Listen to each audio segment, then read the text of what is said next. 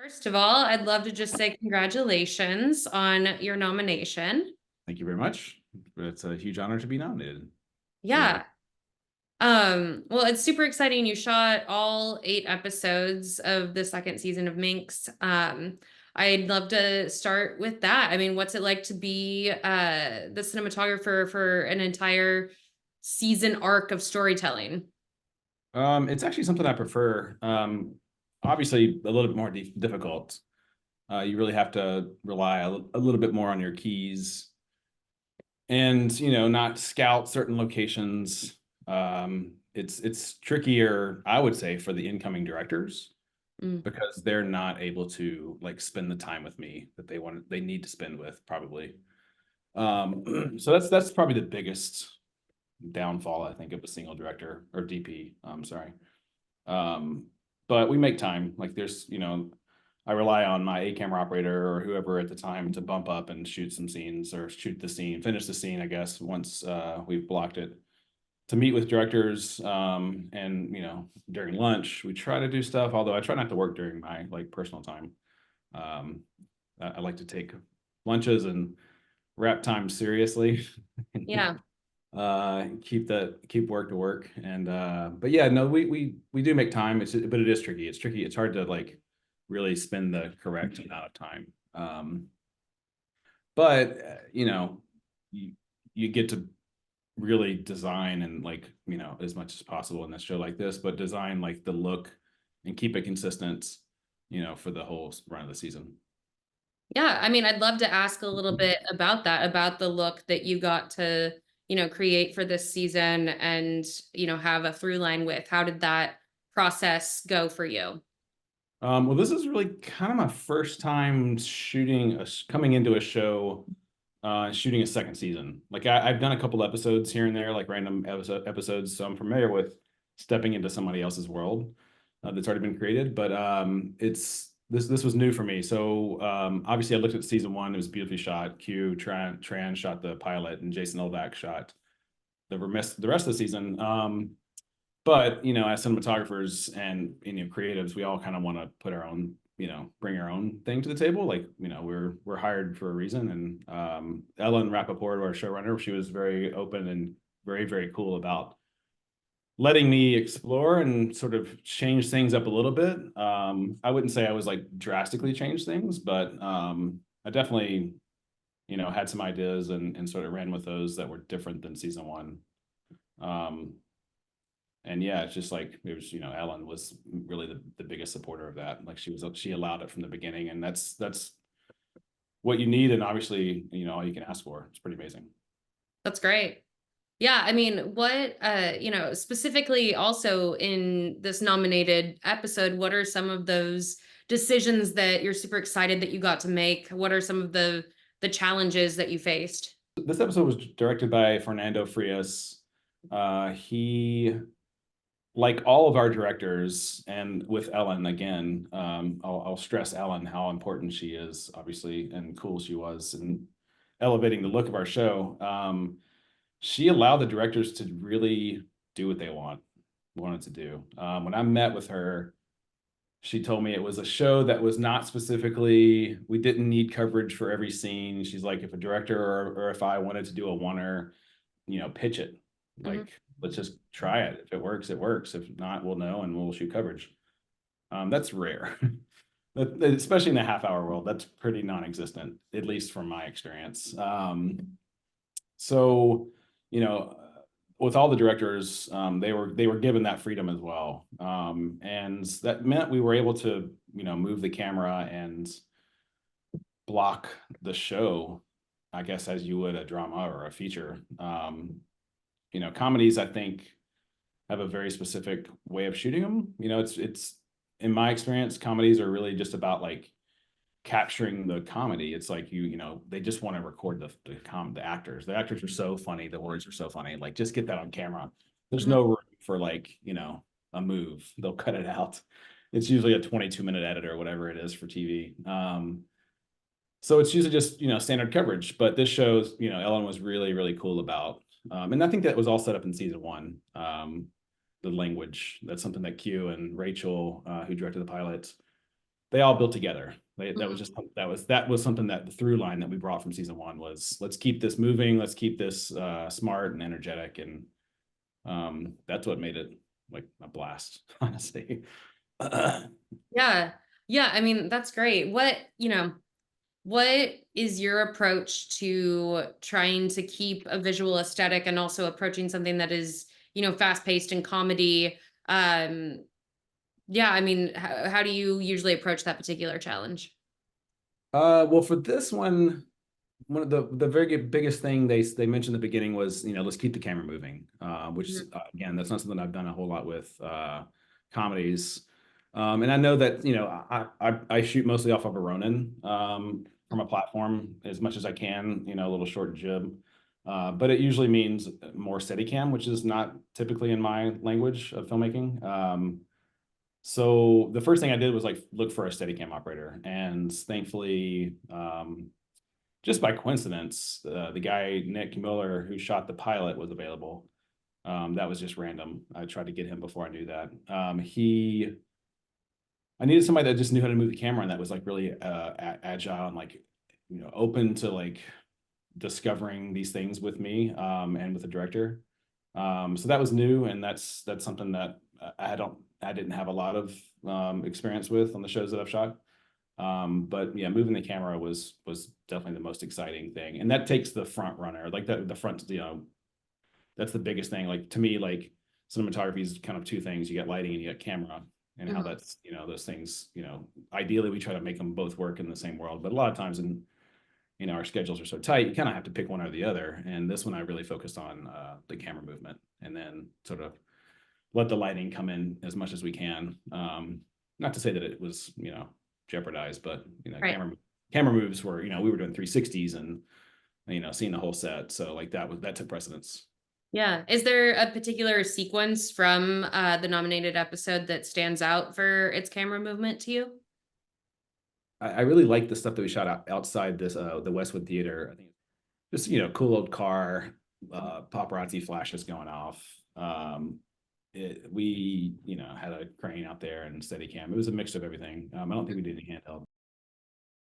So, what's it like to be nominated for an ASC award for your work on this show? Oh, it's incredible. It's like it's literally the greatest achievement, honor to be nominated by peers. It's rejuvenating. Uh, I won this award 10 years ago, in the same category, and this is my first nomination since. So yeah, it's nice to be recognized.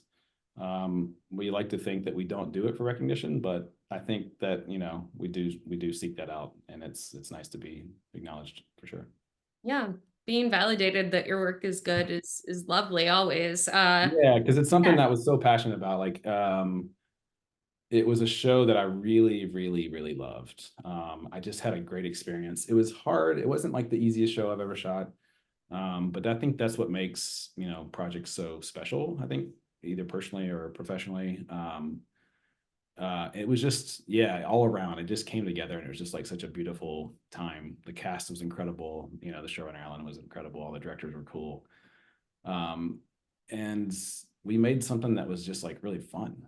Like that was really like that's my sort of main objective in life is to have fun and explore. It's like I don't want to show up to work and do the same thing every day, and I don't want to repeat myself. And this is one of those where we just got to like play in the sandbox, and everybody supported it, which is not a very often thing, I have to say. Yeah. No, that's special. Is there Yeah. anything, from this experience of shooting this entire season of Minx that I'm sure there's a lot that you're going to bring with you into your, work going forward, but, what's one of your takeaways from this experience? Um, I think it's something that I've been thinking about a lot lately, and it's really kind of what I hit on earlier as far as like technically, as a cinematographer, um, trying to move the camera more, like trying to find shows that I'm able to do that. It just keeps things exciting for me because it's like, you know, I'm not to say that shows that I've shot have been easy, but when you're setting up two shots and over, medium shots, like the same thing every day, you get kind of complacent. I've tried to focus my entire career on like knowing I'm going to be shooting shows like that, but like, what else can I do as a cinematographer to like excite myself, like to keep myself engaged? And it's been, you know, lighting and color correction really. Like, how can I give this show a look? You know, put my stamp on it. With Minx, I do think it's definitely has this look to it, but like just the camera movement, really, I'm really proud of, you know, because it was a very collaborative thing, you know, like I let Nick figure out a lot of things. It was one of those things that we didn't plan much of that. Again, you know, without the prepping time with the director, it was all just sort of done and figured out on the day. Like we came in and it's like a feature. Like we came in and we blocked it in the morning of, you know, the first, you know, thing, the first of the scene, and just took 10 minutes and just chatted about it and like threw out ideas. And like, you know, I had ideas, the director would have ideas, Nick would have ideas. Like actors would have ideas, what can we do to like get from this point to this point, and we would just sort of work it out. And that never happens in a half Yeah. hour in my experience. It's always just a wide shot, two shot, over. Yeah. So I'll definitely take that, like looking for, I mean, you know, I've been lucky enough to stay busy for the past 10 years consecutively. I wouldn't say I have the pick of the litter when it comes to shows, but like that's something I'll look for. I'll look for something that's going to engage me. And like I've always been that way. I need something that's going to engage me. Otherwise, I'm just gonna, you know, I can't show up to work and be bored. It's just not Yeah. who I am. Well, cool. Those are really the things I wanted to ask you. Is there anything I haven't asked you about the show that you'd like to share? Like I'm pretty excited and proud of, you know, how, you know, we achieved the look of the show is like 90% in camera or on set, I'd say. Like um this season I used a ColorCon filter, also known as a Right. variable con or variable contrast filter, Varicon.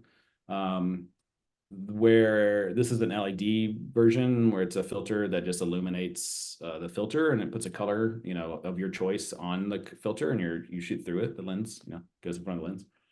And you can adjust the amount.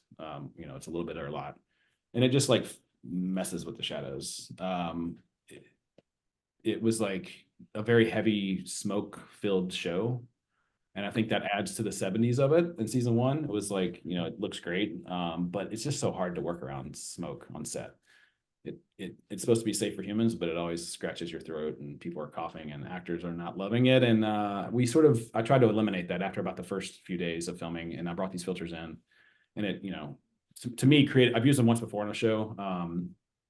It I just destroyed my shadows. Like technically, what the filter does is mimics film. I mean, mimics smoke as far as like how contrast works. It doesn't Right. obviously doesn't create, you know, rays of light when you're shooting with, you know, sun through windows, but it lifts your shadows, and it, like, you know, what I think smoke does on set is it just, you know, just destroys the shadows. You have no detail in your shadows, especially as the farther away from camera.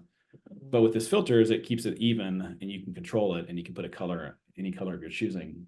So what I really did was just like tried to mess it up as much as possible. Mhm. Because that's what, you know, to me, that's the best part of shooting a period piece is like, I want it to feel like it's from that period. Right. And, you know, um, I don't typically love new shows that are period pieces that look like they're shot on a brand new camera. Like, it's just not Mhm. exciting to me. It's like watching a show that's about, you know, World War II in Germany and everybody speaking English. Like, it doesn't Right. make sense to me. All the German people's shoulders should be speaking German. Like, I think that I liked it to be of that era. And thankfully, you know, Ellen was excited as well. So that's, you know, we met with it so much on set and got to where we wanted it to be pretty much for, you know, final color. Just Yeah. with slight like contrast adjustments and windows and stuff to clean things up. How did Uh, you come to the choice of what color you were going to have filter? Good question. There was no thoughts process behind it. It was pure by chance. It was thrilling, exciting, stressful, idiotic. I would we'd set up the first shot of the scene, and particularly if it's a location or a set that we hadn't shot before, we would start lighting, and, you know, things sort of come together. You've pre-rigged traditionally a little bit. There's always some sort of base exposure. So I start playing with colors and just like seeing what works. I started as like the season went on, I sort of started gravitating more towards green Uh-huh. because it felt more period to me, but I would do greens and magentas and reds. I think I could never put into words what I was trying to do. Everybody was asking me, even the colorist, like Tim Stippen was the final color, and he was asking me what I was looking for. And I literally figured it out like the last color session. I was like, what? I can't believe I couldn't put this into words. But I discovered that I was trying to make, because I was looking for references. I couldn't find anything on Shot Deck or Film Grab, any of that stuff. I couldn't find anything of what my brain wanted. So I finally figured out that I was trying to make these images look like the pictures in my parents' photo albums of when we were kids. Okay. Because I saw them and I was like, oh my God, that's exactly what I was doing. Trying to do it is like all these photos are like underexposed and the wrong color flash or the wrong color stock, like day stock and exterior. So like the wrong color temperature. Um, that's what I was trying to do. And like we have like green shadow because I was like, I want green shadows. And everybody's like, why do you want green shadows? And I was like, there's no visual reference of what green, a green shadow is like crazy. And then I saw this photo book again, and I was like, "That's exactly what it is." Wow. Just like totally destroyed, like crappy, still can't frames from like when I was a kid in the '80s, basically. Yeah. That's so interesting. So yeah, there was no plan behind it. It was really just like what looked best on the day, Yeah. like what felt best. But yeah, we gravitated towards a few colors. Rarely did we do cyan, which is a very common color for shadows, because it felt too modern day, I think. Mm. But yeah, like reds and greens and yellows felt really nice because the color palette, the wardrobe was amazing. The production design was incredible. So it's really the colors that sort of added to that. Yeah. There's the worlds that they built. And it doesn't affect skin tone, which is great. So it's just the shadows. Yeah. It was an amazing tool that's very valuable and 100% the reason why the show looks the way it looks is like that added to it. It was an integral part of it.